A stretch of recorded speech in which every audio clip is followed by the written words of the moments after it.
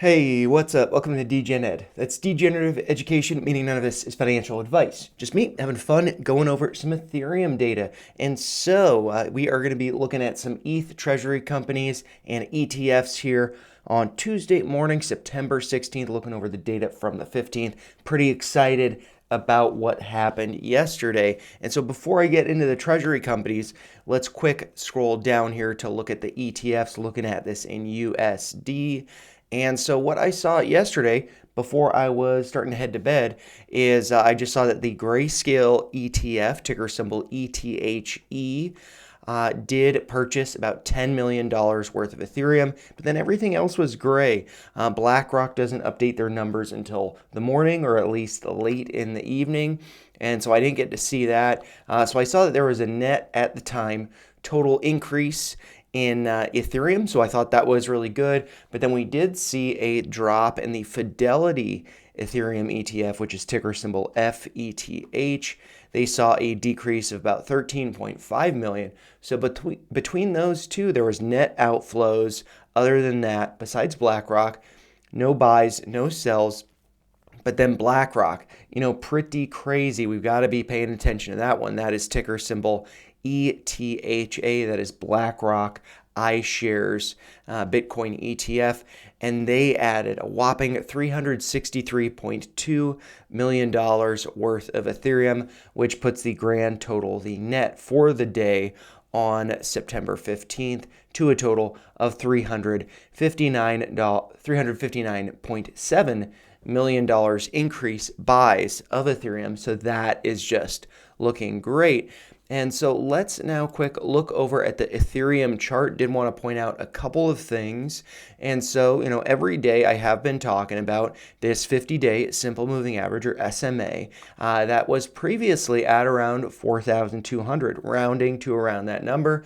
But now it looks like it's right around 4,300, which happens to coincide pretty nicely with that 236, that purple line there, that did hold as support.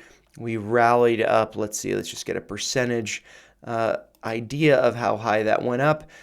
About 10 to 11% before we have seen a little bit of a retracement. So if I do pull up that fib retracement tool, we can get an idea of where prices pulled back to. It looks like it's about the 50%, which is that green line, around $4,500. The 618 would be around $4,400. And, either of those levels, I think, could be acting as some nice support, as we did see some consolidation previously just below those levels. So that, in my view, would be acting as support. And also, I did want to point out a couple other things. One is that we do see lower highs formed as, the RSI is not blowing up. It's not getting like super massively high. It's not going above 70. And so it looks like the peak over here, the RSI was at 64.08, which is pretty similar to what it was over here, around 67 to 65. So it is slightly lower high. And so that would then be no bearish divergence. Bearish divergence would be if RSI was notably higher and it was lower in the highs over here in the price of Ethereum. That would actually be hidden bearish divergence. If if the Ethereum price was higher and RSI was lower, that would be bearish divergence. So we're not seeing that, so I think things are looking pretty good. And another thing that's looking pretty good, I believe I've talked about this in these videos, is we do see volume steadily decreasing as, the highs are lower highs as Ethereum has been consolidating. So I think this looks really good. And with what we're seeing in the data from the ETFs and the treasury companies, I am thinking that Ethereum is getting ready for its next leg up. So I am pretty excited about that. Everything is looking really good. And then so coming back over here, let's just look at the data here. So from those ETFs, it looks like they now hold about 6.77 million Ethereum. And that represents about $30.5 billion and about 5.59% of the Ethereum supply. And so the daily flow here, it looks like it was 78.16 thousand Ethereum, and we can actually check that down here just by looking what happened. On the 15th, just going to switch this over to Ethereum, and it says 78.2 thousand does match the number up here. So that is consistent. It does look like it's based on just the data that's in this table. So, that is where we get that. But then coming over here to look at the Treasury companies, and really, to be honest, all the data that we need is in the little table up here. And something really stands out about the data here, and that is Bitmine. They are truly the leader, now holding 2.15 million Ethereum. It's Bitmine Immersion Technologies, ticker symbol BMNR. We'll look at the chart in just a second, but I did want to point out that they now hold nearly $10 billion worth of Ethereum, and they are truly the leader here in the list.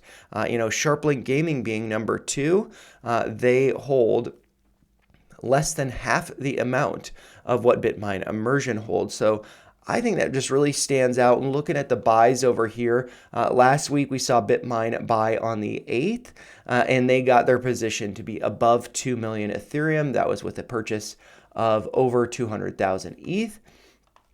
But then looking at this from the 15th, they bought more. So, 2 buys in a row in this table. And so in total, that puts their buys of Ethereum to more than 284,000 ETH. And so they are just stacking. Whereas if we look down here at Sharplink Gaming, the last time that they bought was September 2nd. But I do have to note something that does stand out is the Ether machine also purchasing on September 2nd. As well as Bitmine, I have to note that. But the Ether machine purchased 150,000 ETH on that day, which is pretty similar to what Bitmine Immersion bought here on the 8th. So, I think that is notable. So Bitmine Immersion, Sharplink Gaming, and the Ether machine, the top 3, I think that those are all notable ones to be paying attention to. And one thing that I think is also important to be paying attention to is the cash that they have on hand. So Bitmine still has about 569 million in cash, so they can be using that to buy more ETH. Sharplink Gaming, they only have $71.6 million, so it's kind of tough for them to be buying more ETH, and they definitely have been lagging in the table here. And then looking over at the Ether machine, they got $367.1 million in cash, so maybe we see some more buying from them soon.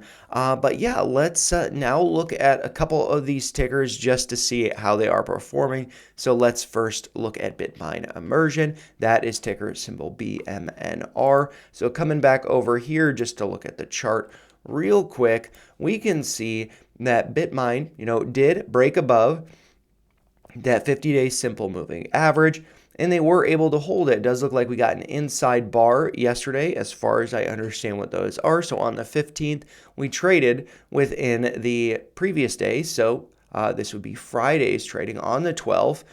We traded between that open and that close. And we actually came down a little bit on the day by about 3.59%. And so if this does pull back some, I would expect right around $50, maybe coming a little bit lower to around 48.